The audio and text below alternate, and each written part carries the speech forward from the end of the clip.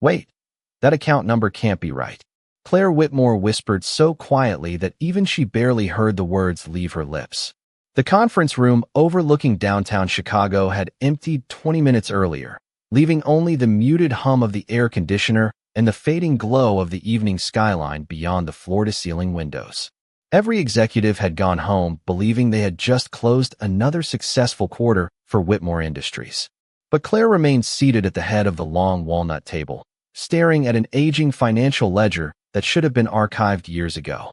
It had belonged to her late father, Charles Whitmore, a businessman admired across America not only for building a billion-dollar manufacturing empire, but also for quietly helping strangers without ever expecting recognition. After his passing, Claire had promised herself she would preserve every charitable commitment he had ever made. Most of them were easy to verify: scholarships, children's hospitals, veteran organizations, community food banks. Every donation carried paperwork, signatures, and public records. Except one. Every month, on the 15th, for nearly 16 years, exactly the same amount had been transferred into a single personal checking account. No foundation, no charity, no explanation. Only two words appeared beside every transaction: monthly promise. Her father had never spoken about it. Not once. Even the company's longtime chief financial officer had admitted he was instructed never to ask questions. Claire had respected that silence for years. Until today, she reached for the final transfer authorization before permanently closing the confidential account. Company policy required every recipient's banking information to be verified one last time. Her fingers moved almost automatically across the keyboard before freezing above the Enter key. The account number on her screen looked strangely familiar. She frowned, opened another document lying beside her, and compared the numbers again. Her heartbeat slowed instead of racing, as though her mind refused to believe what her eyes already knew. Earlier that afternoon, she had approved reimbursement paperwork for a small maintenance contractor repairing industrial equipment at one of Whitmore Industries' oldest facilities outside Springfield. The contractor had handwritten his direct deposit information on a worn invoice because the online system had been temporarily unavailable. Claire rarely looked at paperwork that closely, yet something had compelled her to notice the neat handwriting. She opened the scanned invoice once more. Ethan Brooks, independent mechanical repair. Then she looked back at her father's ledger. Digit after digit matched perfectly. Not almost. Completely. Claire leaned back in stunned silence. Outside, the city lights shimmered against the glass like distant stars, while somewhere below, traffic rolled steadily through the streets, unaware that one forgotten bank account had quietly connected two lives for nearly 2 decades. Who was Ethan Brooks? Why had her father protected his identity so carefully? And why had the man apparently never contacted the Whitmore family despite receiving thousands of dollars over the years? Questions crowded her thoughts faster than answers could form.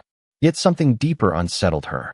Her father had often said that character revealed itself most clearly when kindness expected nothing in return.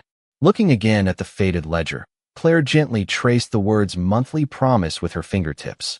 She suddenly realized this wasn't simply an old financial obligation waiting to be closed. It was the final chapter of a story her father had trusted only himself to carry. Somewhere, perhaps without realizing it, a single father named Ethan Brooks was living at the center of that unfinished promise. And before the night was over, Claire made one quiet decision that would change both of their lives forever. She would not send another transfer until she discovered why her father had never missed a single month, and why the one man connected to that mysterious account had remained completely invisible all these years. Ethan Brooks had never measured wealth by the balance in his checking account. He measured it by whether 12-year-old Lily Brooks went to bed smiling, whether there was enough soup left for tomorrow's lunch, and whether the old pickup truck started on the first turn of the key each morning. Long before sunrise painted the Illinois sky with pale shades of blue, Ethan was already standing inside the small detached garage behind their modest rental home, wrapping his weathered hands around a steaming mug of black coffee while studying the repair schedule taped beside an aging toolbox. The garage smelled of machine oil, fresh sawdust, and clean metal, familiar scents that reminded him honest work could still build an honest life. Lily appeared in the doorway wearing a backpack nearly half her size and quietly tied her blonde hair into a ponytail. "Big job today?" she asked with an easy smile. Ethan returned the smile, without looking away from the engine sitting on his workbench. "Big enough to keep the lights on." She laughed softly because she had heard him say those words hundreds of times. It had become their little tradition, a simple sentence that somehow made difficult days feel manageable. After dropping Lily off at school, Ethan drove towards Springfield in his aging pickup, the heater making more noise than warmth as cool morning air drifted across miles of farmland. His first customer was an elderly widow whose grain dryer had stopped working. She apologized 3 separate times for not being able to pay immediately. Ethan simply nodded, repaired the machine, and wrote a smaller number on the invoice than the repair had actually cost. "You can send it whenever things get easier," he said. The woman tried to protest, but he was already loading his tools back into the truck. By late afternoon, he arrived at Whitmore Industries' oldest manufacturing facility, where several maintenance workers greeted him by name. Ethan had repaired equipment there often enough that everyone knew he would never cut corners. He inspected a damaged conveyor system, patiently explaining each step to a young apprentice who admitted he had never seen that model before. Instead of rushing the repair, Ethan handed the younger man a wrench and taught him how to align the drive assembly correctly. "Machines remember shortcuts," Ethan said with a gentle grin. "People do too." The apprentice repeated the adjustment until Ethan was satisfied, and the conveyor hummed back to life with a steady rhythm that echoed through the enormous building. As evening settled across the factory, Ethan gathered his paperwork and quietly thanked the supervisor for the opportunity before heading home. During the drive, he stopped at his local bank, just as he had on the 15th of nearly every month for years. His banking application had notified him that another deposit had arrived. He glanced at the amount without surprise. It was always the same. Never more. Never less. The sender remained anonymous, exactly as it always had. Years ago, he had asked the bank whether they could identify where the money came from. They politely explained that the transfer originated from a protected trust account and that no additional information could be released. Eventually, Ethan stopped asking questions. In his heart, he had convinced himself it must have been some forgotten assistance program created after the factory where he once worked permanently closed. Whatever its origin, he refused to depend on it. Most months he left the deposit untouched until school supplies, medical bills, or unexpected repairs made it absolutely necessary. The money was never a lifestyle. It was simply a quiet safety net that seemed to appear whenever life became heavier than usual. That evening, Lily spread her math homework across the kitchen table, while Ethan prepared grilled cheese sandwiches and tomato soup. Their little house filled with the comforting smell of butter warming on a cast-iron skillet as gentle rain tapped against the windows. Lily looked up from her homework. "Do you think good people ever get thanked?" she asked unexpectedly. Ethan paused before answering. "Sometimes they do," he said softly. "But the best ones never spend their lives waiting for it." Neither of them realized that less than 30 miles away, one woman had just begun searching for the reason those words had quietly defined their lives for almost 16 years. The following morning, Claire Whitmore arrived at headquarters before sunrise, something she had not done since the week of her father's funeral. The towering glass building stood almost silent, its polished marble lobby reflecting the first rays of daylight as a lone security guard greeted her with quiet surprise. She returned the smile, carrying nothing but a leather notebook and the weathered ledger she had taken home the night before. Something deep inside told her the answer was no longer hidden inside financial statements. It was hidden inside the choices her father had made. By 7 o'clock, the archives manager unlocked a climate-controlled records room buried beneath the corporate offices, where decades of contracts, correspondence, and handwritten files rested inside rows of gray steel cabinets. Claire slipped on a pair of white cotton gloves and began opening drawer after drawer, following every reference connected to the confidential trust account. There were tax records, annual audits, legal approvals, and charitable summaries. Yet every document concerning the mysterious monthly transfer stopped at the exact same instruction typed beneath her father's signature. Continue without interruption. Do not disclose recipient. Do not request acknowledgement. The wording was so deliberate that Claire read it twice before looking toward the ceiling in thoughtful silence. Her father had built an empire by demanding detailed reports on everything. Yet here he had intentionally removed every explanation. Hours passed as dust floated gently through narrow beams of sunlight, filtering into the archive. Finally, the archive's manager approached, carrying an old storage box that had been mislabeled years earlier. "This belonged to your father's private office," he explained. He asked that it never be destroyed. Claire thanked him softly and lifted the lid. Inside lay dozens of ordinary folders, faded envelopes tied with blue ribbon, and a simple black notebook with no title. Her fingers hesitated before opening the first page. Instead of business notes, she found short reflections written in her father's unmistakable handwriting. Some entries described meetings. Others recorded moments that had changed his perspective on life. Then one sentence made her stop breathing for a moment. "A promise is most beautiful when the other person never feels indebted." Claire slowly closed her eyes. That sounded exactly like him. She continued reading, searching for names, but every page carefully avoided identifying the recipient. Instead, there were quiet observations. "He refused help again today." His daughter smiled despite everything. Character grows strongest where pride remains untouched. Claire looked out the small basement window, where only a strip of blue sky could be seen. Whoever Ethan Brooks was, her father had admired him deeply. Just before noon, her assistant called to remind her about a luncheon with investors. Claire politely canceled every meeting for the rest of the day, something that had never happened before.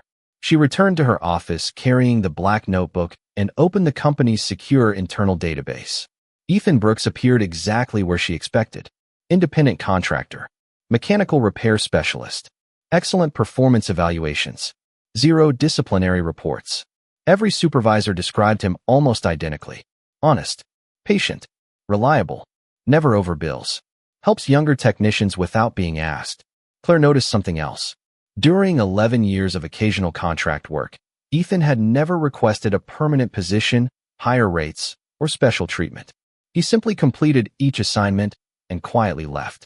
That afternoon, she watched security footage from the previous day, curious to see the man whose account number had rewritten her understanding of her father's final years.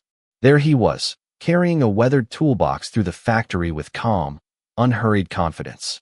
He paused to help an older employee lift a heavy replacement motor onto a rolling cart. Minutes later, he knelt beside a nervous apprentice, patiently explaining the repair instead of finishing it himself. No audience applauded. No supervisor rewarded him. He simply smiled, wiped his hands on a clean shop towel, and continued working. Claire leaned closer to the screen. For reasons she could not explain, the quiet dignity in that ordinary moment felt strangely familiar. It reminded her of the way her father had lived when no cameras were watching. As the video ended, she made one final decision. She would not summon Ethan to her executive office. If she truly wanted to understand the promise her father had protected for 16 years, she would have to meet the man exactly as her father once had, without titles, without privilege, and without revealing who she really was.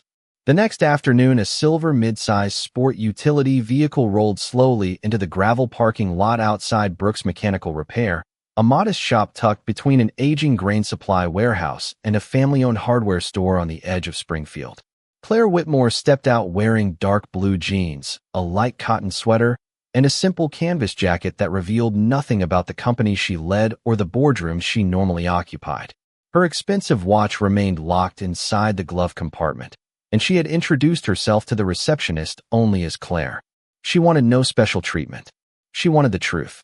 The sound of an air compressor echoed through the open service bays while classic country music drifted softly from an old radio balanced on a shelf above neatly organized tools. The place smelled of fresh coffee, clean steel, and motor oil, but unlike many repair shops she had visited over the years, everything here was spotless. Every wrench hung in its proper place. Every workbench had been carefully wiped clean. Even the concrete floor looked as though someone respected it enough to leave it better than they had found it. A young technician greeted her with a warm smile. "Can I help you?" he asked. Claire nodded politely.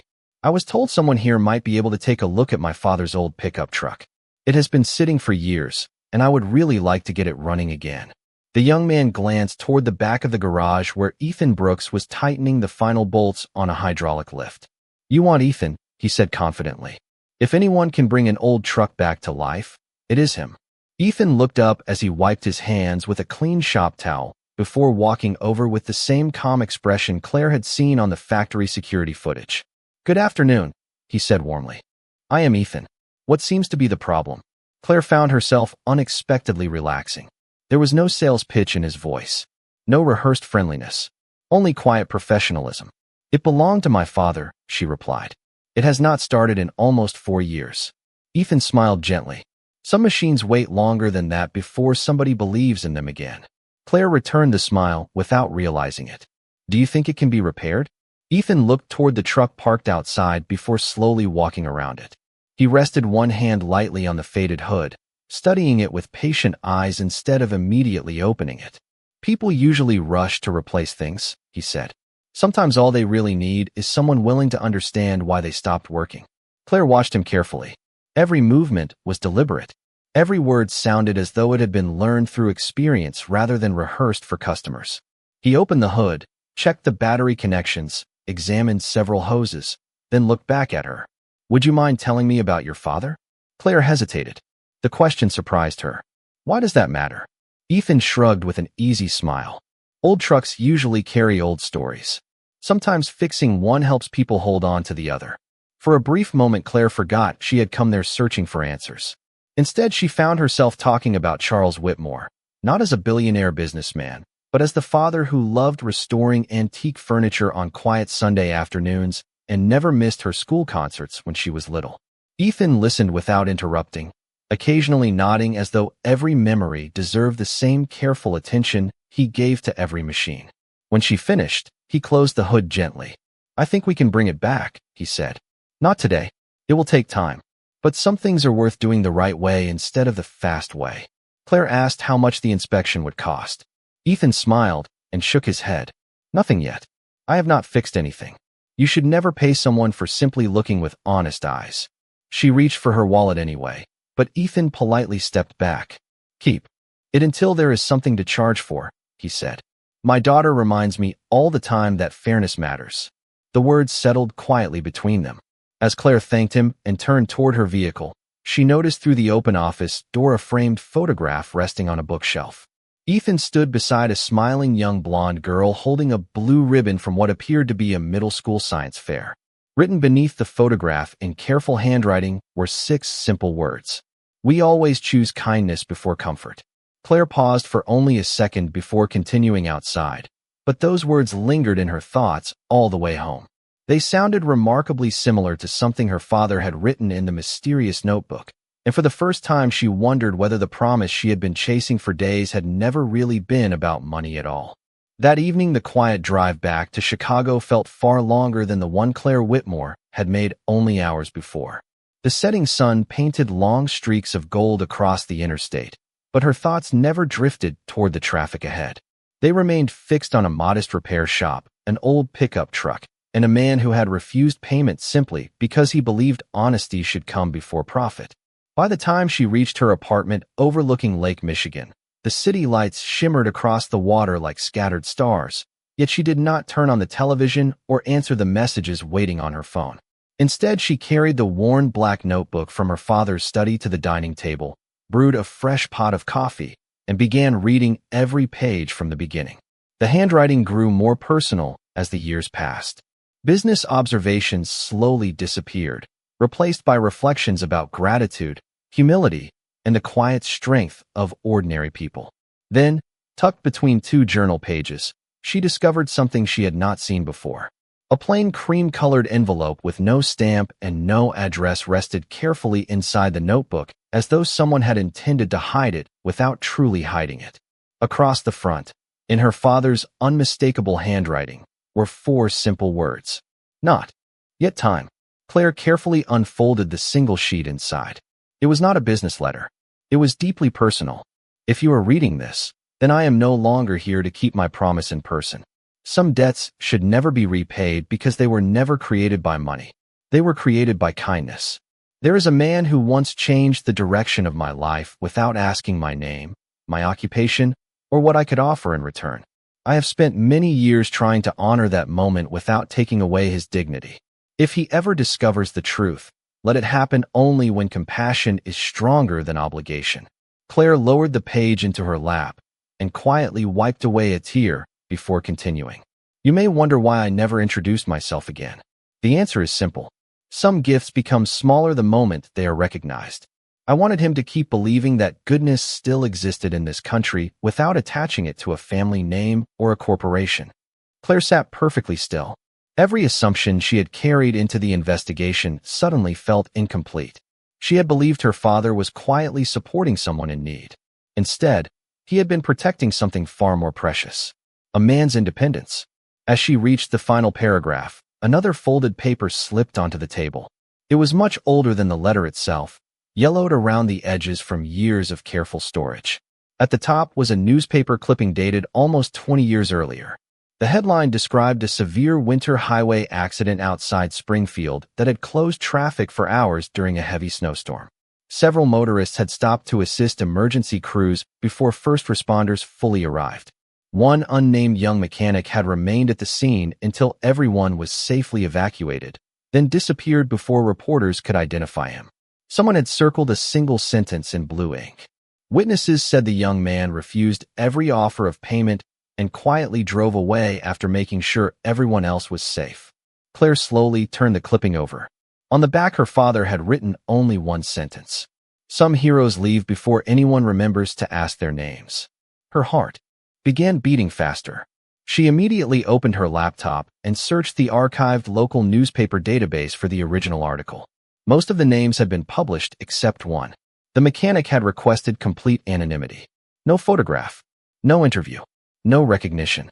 Only one detail appeared in the final paragraph.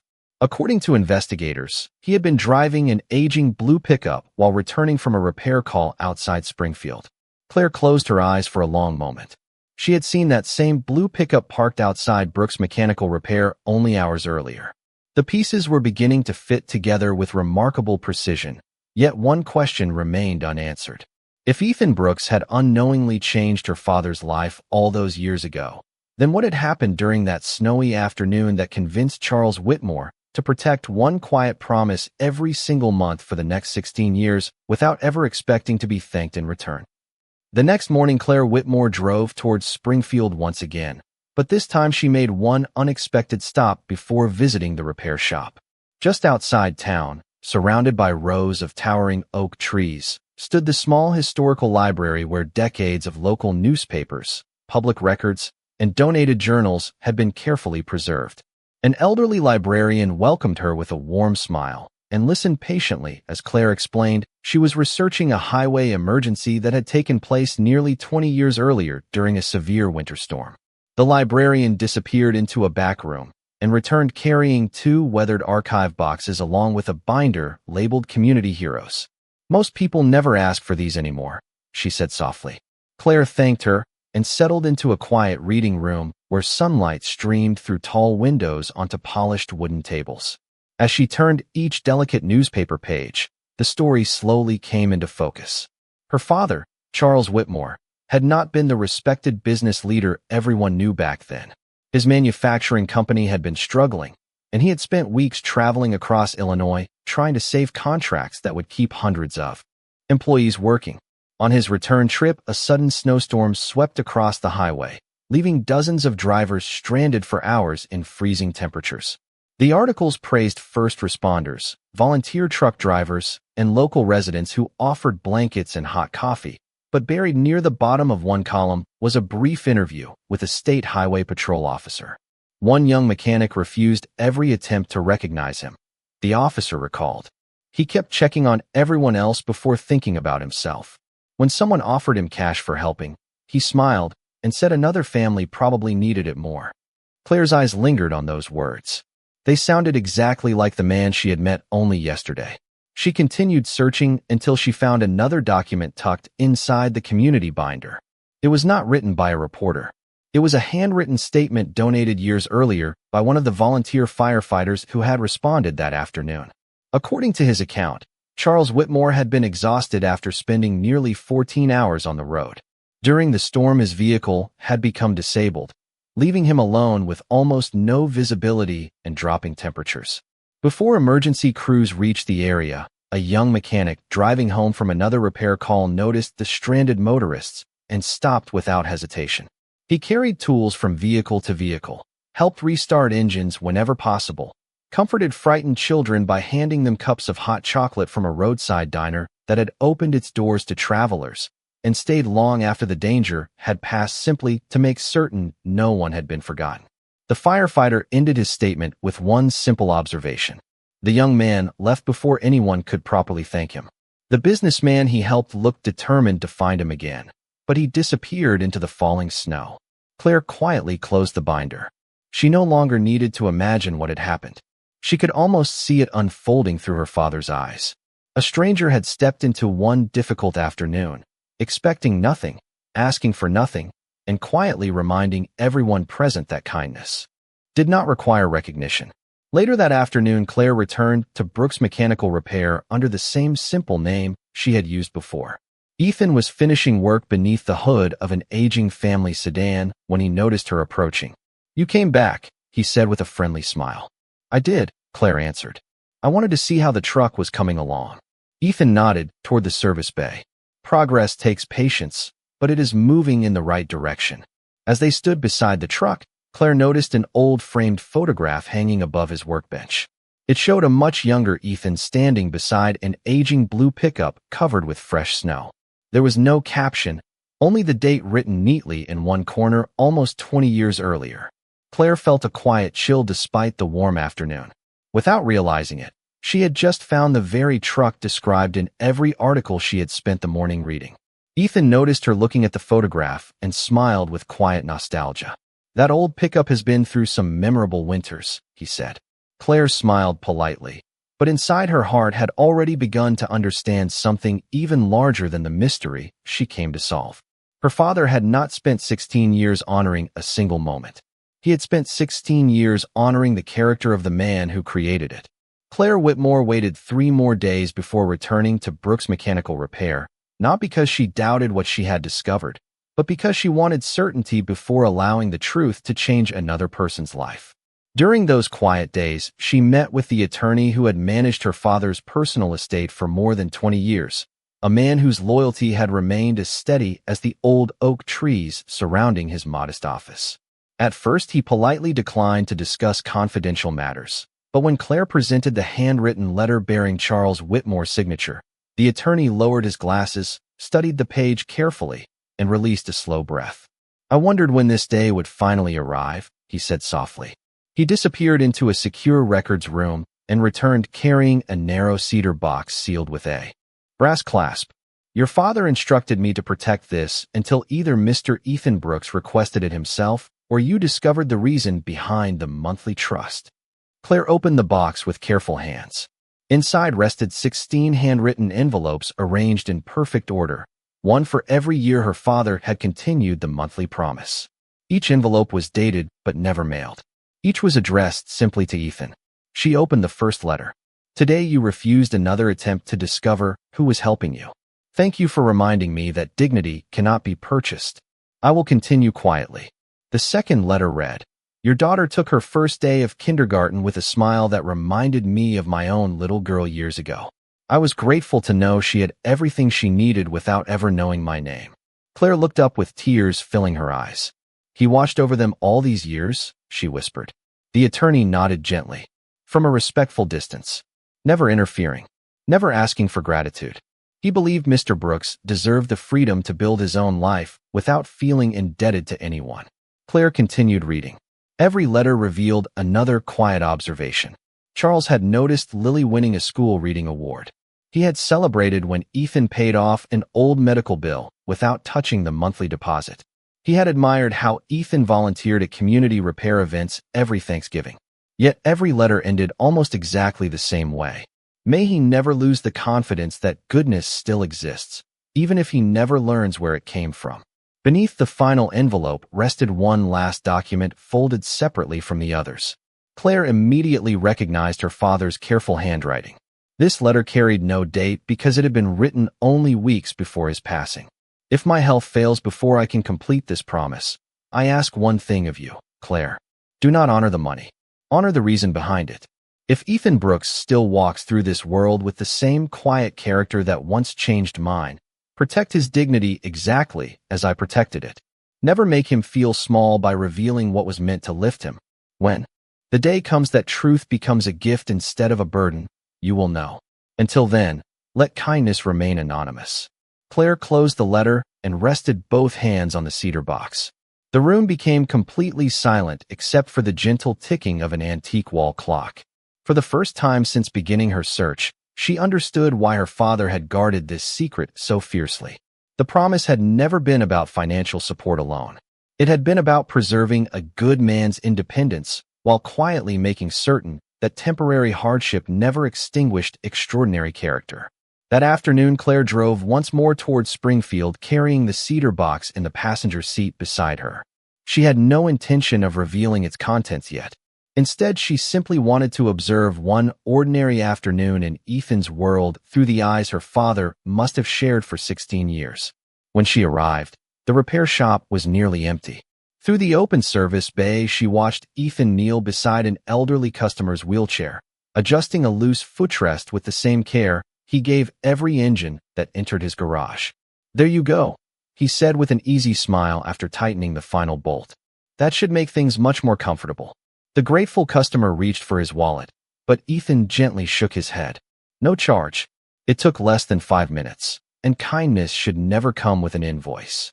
Claire stood quietly outside the doorway, her father's final letter still fresh in her heart. In that simple moment, she finally understood why Charles Whitmore had believed some promises were too beautiful to be interrupted, because every single month for 16 years had been quietly protecting a man who never stopped giving away pieces of his own goodness to everyone around him. Late Saturday afternoon, Ethan finally called Claire to let her know the old pickup was ready for its first drive in years. His voice carried the same quiet confidence it always had, never promising perfection, only honest work. Claire thanked him and asked whether she could stop by before closing time. "Of course," he replied. "There is fresh coffee, if you do not mind." Drinking it from a paper cup. When she arrived, the fading sunlight poured through the open service bay, turning tiny particles of dust into ribbons of gold floating through the air. The old truck rested outside, its engine idling with a gentle, steady rhythm that sounded less like machinery and more like a memory returning home. Ethan stood beside it with grease still visible on his hands despite clearly washing them several times. "Go ahead," he said with an encouraging smile. "It has been waiting for this moment." Claire slipped behind the steering wheel, resting both hands on the worn leather that her father had once held. The familiar scent of aged wood and engine oil filled the cabin. When she turned the wheel slightly and pressed the accelerator, the truck responded smoothly. For several long seconds, she simply sat there, blinking away unexpected tears. "He would have loved this," she whispered. Ethan nodded respectfully. "Some things deserve another chance." After returning the keys, Claire looked toward the quiet office at the back of the shop. "Would you have a few minutes?" she asked softly. Ethan noticed something different in her expression. The easy curiosity she had carried during previous visits had been replaced by quiet resolve. "Sure," he answered. "Come on inside." The office was simple, warm, and filled with family photographs, repair manuals, and Lily's framed science fair ribbon resting beside a small potted plant. Claire placed the cedar box carefully on the desk between them. Ethan looked at it with polite confusion. "What is this?" Claire took a slow breath. "Before I answer that, there is something I should tell you." She looked directly into his eyes for the first time without hiding behind the name of an ordinary customer. "My full name is Claire Whitmore." Ethan's eyebrows lifted slightly. "Whitmore Industries?" She nodded. "Charles Whitmore was my father." Silence settled gently across the room. There was no anger on Ethan's face, only honest surprise. Claire carefully opened the cedar box and placed the faded ledger, the handwritten letters, and the newspaper clipping on the desk. "Several weeks ago, I discovered that the account, receiving a monthly anonymous deposit for almost 16 years, belonged to you." Ethan stared at the papers without speaking. Claire continued quietly. "I did not understand why until I began reading my father's journals." She slid the first unopened letter toward him. "These were all written to you. Every year. He never mailed a single one." Ethan hesitated before unfolding the first page. His eyes moved slowly across the handwritten lines. Then he opened another. and another. The room became completely still except for the gentle turning of paper. With each letter his expression softened a little more. Confusion gave way to recognition, recognition to gratitude, and gratitude to a deep, quiet emotion he struggled to place into words. Finally he reached the last letter, the one written shortly before Charles Whitmore passed away. Ethan finished reading and carefully folded it closed exactly along its original crease. He lowered his head for several long moments before speaking. "I always believed those deposits came from some forgotten assistance program," he said almost in a whisper. "I never imagined. Not this." Claire felt tears gathering in her own eyes. "My father believed you saved far more than a stranded traveler that winter. He believed you reminded him what kind of man he wanted to become." Ethan looked out the office window, toward the evening sky. "I barely remember that day," he admitted softly. "There were families stranded. Children were cold. It just felt like the right thing to do." Claire smiled through her tears. That is exactly why he never forgot it. Neither of them spoke again for several moments. The silence did not feel empty. It felt full of respect, gratitude, and the quiet realization that one ordinary act of kindness had been echoing through two families for nearly 2 decades without either side fully understanding why. The weeks that followed changed both families in ways neither Charles Whitmore nor Ethan Brooks could have imagined. Claire never attempted to repay Ethan because she finally understood her father's greatest lesson. Gratitude that arrives wrapped in money can disappear as quickly as it comes, but gratitude, expressed through respect, has the power to reshape a lifetime. The anonymous monthly deposits quietly came to an end exactly as her father had intended, not because the promise had been broken, but because its purpose had finally been fulfilled. Instead of transferring money, Claire began bringing something far more valuable. She brought time. Every few weeks, she visited the repair shop, sometimes asking questions about old trucks simply to hear Ethan explain them with patient enthusiasm, sometimes bringing coffee and homemade cookies from a neighborhood bakery, and sometimes saying almost nothing at all. Their conversations never revolved around wealth or business.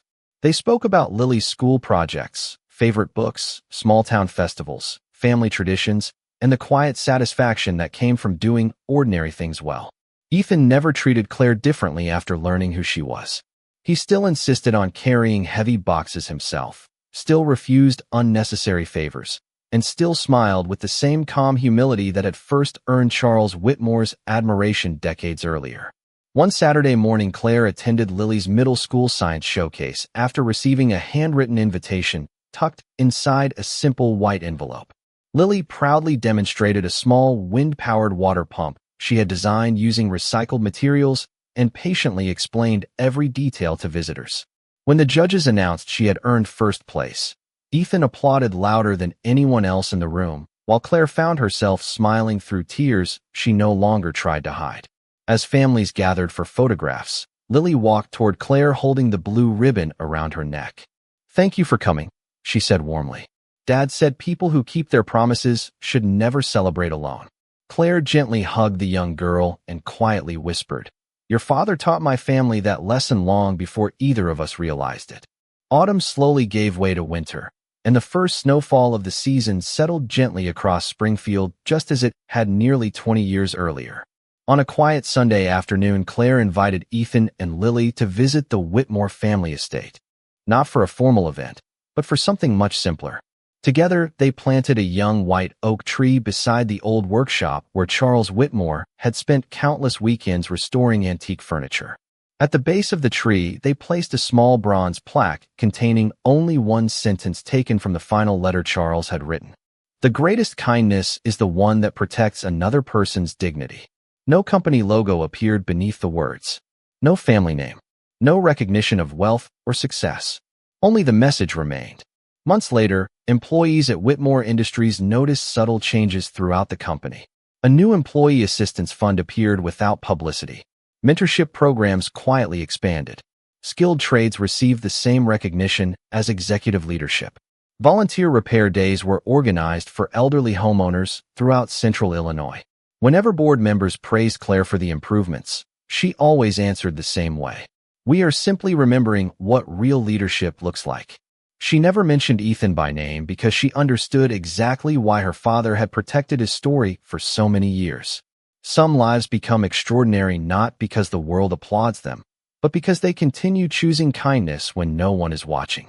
One evening, as another quiet 15th of the month arrived, Ethan opened his online banking application almost out of habit. For the first time in 16 years, no anonymous deposit appeared. He looked toward the framed letters now resting safely inside a glass display case in his living room and smiled gently instead of feeling concern. The promise had not disappeared. It had simply changed hands. Outside, Lily laughed as Claire helped her hang winter lights across the front porch, while Ethan steadied the ladder below with the same quiet confidence he had always carried. The cold evening air smelled of pine and fresh snow, and warm golden light spilled from the windows onto the peaceful yard. Somewhere beyond the silent stars, one man who had believed that dignity was the greatest gift of all would have recognized the scene immediately. His kindness had never been measured by the money he quietly gave away each month. It had been measured by the family that found one another because compassion refused to ask for recognition, and by the beautiful truth that the strongest promises are not the ones written in contracts, but the ones faithfully lived with humble hearts every single day.